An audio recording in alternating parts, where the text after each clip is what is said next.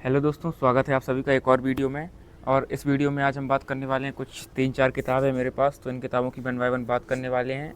इनमें से मैं इस मंथ में कौन कौन सी पढ़ने वाला हूँ और कौन सी मैंने पढ़ ली है। तो आइए one by one in books का डिस्कशन करते हैं। तो जो रिसेंट बुक जो मैंने अभी फिनिश की है वो है the courage to be disliked. और ये मेरे हिसाब से एक 5 आउट ऑफ 5 रेटिंग बुक है सेल्फ हेल्प बुक्स में। क्योंकि जो भी हम नॉर्मल सेल्फ हेल्प बुक्स पढ़ रहे हैं इस टाइम पे, वो जस्ट बोगा से जो बोलती हैं ये करो वो करो, इधर पहुंच जाओगे उधर पहुंच जाओगे, दिन में 24, एक दिन में 25 घंटे काम करो, ये सब बकवास करती हैं ज़्यादातर, अगर आपने पढ़ी होंगी। बट एक ये जो बुक है ये ट्रूली लाइफ चेंजिंग बुक मुझे लगी। इससे बहुत ही मतलब डीप लाइफ लेसन्स जो मुझे मिले हैं। और मैं आप भी अगर कोई सेल्फ हेल्प बुक पढ़ने की सोच रहे हैं तो मैं डेफिनेटली सजेस्ट करूँगा आपको the courage to be dislike. थोड़ी सी इसकी बात कर लेते हैं बुक की। तो इसको जैसा कि टाइटल ही बता रहा है, the courage to be disliked. इसका मतलब कि आपके पास करेज है कि आप दूसरों की रिस्पेक्ट को डिनाई कर पाएँ। क्योंकि आपने देखा होगा कि आप पर्टिकुलर, जैसे आपकी बात करता हूँ या मेरी बात करता हूँ, तो हमारी लाइफ में जो मोस्ट ऑफ द प्रॉब्लम्स हैं वो सिर्फ एक कारण से होती हैं कि हम अपने आप को दूसरों की नज़रों में अच्छा दिखाना चाहते हैं। कि हम सोचते हैं कि अगला आदमी हमको डिसलाइक ना करे, इसलिए हम जो अपनी इच्छाएं हैं उनको दबा देते हैं, अपनी जीवन अपने हिसाब से नहीं जीते, जस्ट बिकॉज दूसरों को दिखाने के लिए।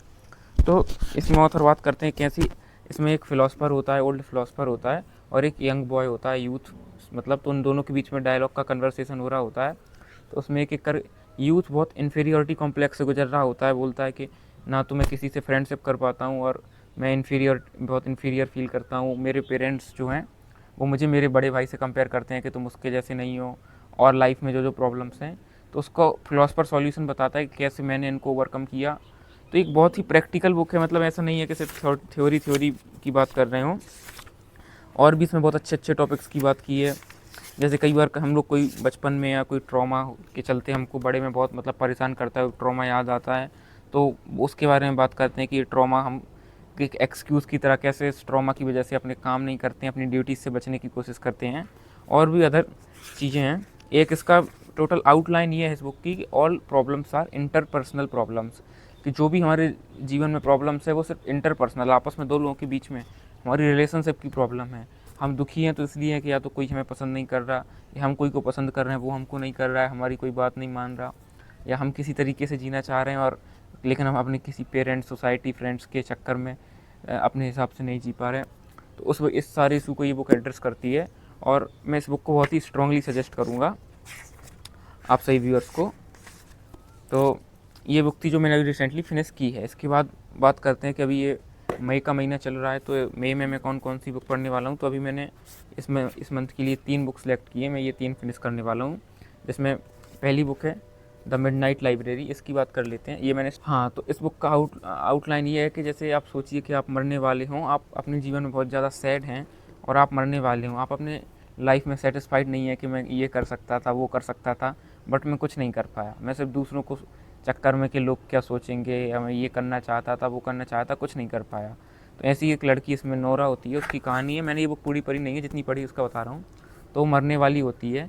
तो मरने के ठीक एक घंटे पहले रात में एक टेलीपोर्ट होकर एक लाइब्रेरी में पहुँच जाती है, जहाँ बहुत सारी बुक्स होती हैं, इनफाइनाइट सेल्फ्स होते हैं।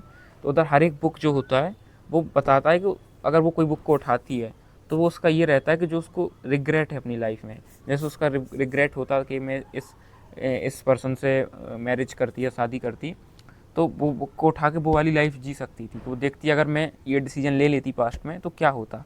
ऐसे बहुत सारे हैं कि अगर मैं ये करती तो मेरी लाइफ कैसा होता, और वो हर एक लाइफ एक्सपीरियंस कर सकती थी। तो ये काफ़ी अच्छी बुक है कि थोड़ी फिक्शन टाइप की है, लेकिन पढ़ने में काफ़ी मतलब बहुत ज़्यादा मुझे इंगेजिंग लग रही है। मैंने इसके फर्स्ट 50 पेजेस रीड किए तो मुझे बहुत अच्छी लगी, और काफ़ी अच्छा लाइफ लेसन भी इसमें मिल रहा है, और बहुत ह्यूमर टोन में लिखी है। तो ये मैट हैग ने लिखी है। प्लस इसमें कुछ कुछ जैसे थोड़ा इंडियन टाइप के भी एग्जाम्पल हैं, हल्के फुल्के पॉइंट्स बहुत ज़्यादा नहीं देखने को मिल रहे हैं, तो ये थोड़ा और रिलेटेबल लग रही है बुक। कुछ जगह प्लेसेस के नाम भी इंडियन आ रहे हैं।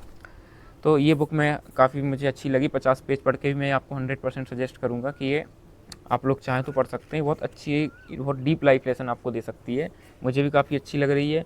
प्लस इसमें हमारी क्योंकि लाइफ के डिसीजंस के बारे में है, क्योंकि आज हमारे सामने, आज के टाइम पे, प्रेजेंट टाइम में मेरे और आप सभी के सामने बहुत सारे डिसीजंस है जो हम सोचते हैं ले या ना लें, लेकिन आगे चल के हमको रिग्रेट करना पड़ जाता है। बस हम सोच लेते हैं कि लोग क्या कहेंगे इस सब चक्कर से। तो ये बुक और the courage to be dislike जो मैंने दोनों बताई, ये बहुत ही लाइफ चेंजिंग इम्पैक्ट आपके ऊपर डाल सकती हैं।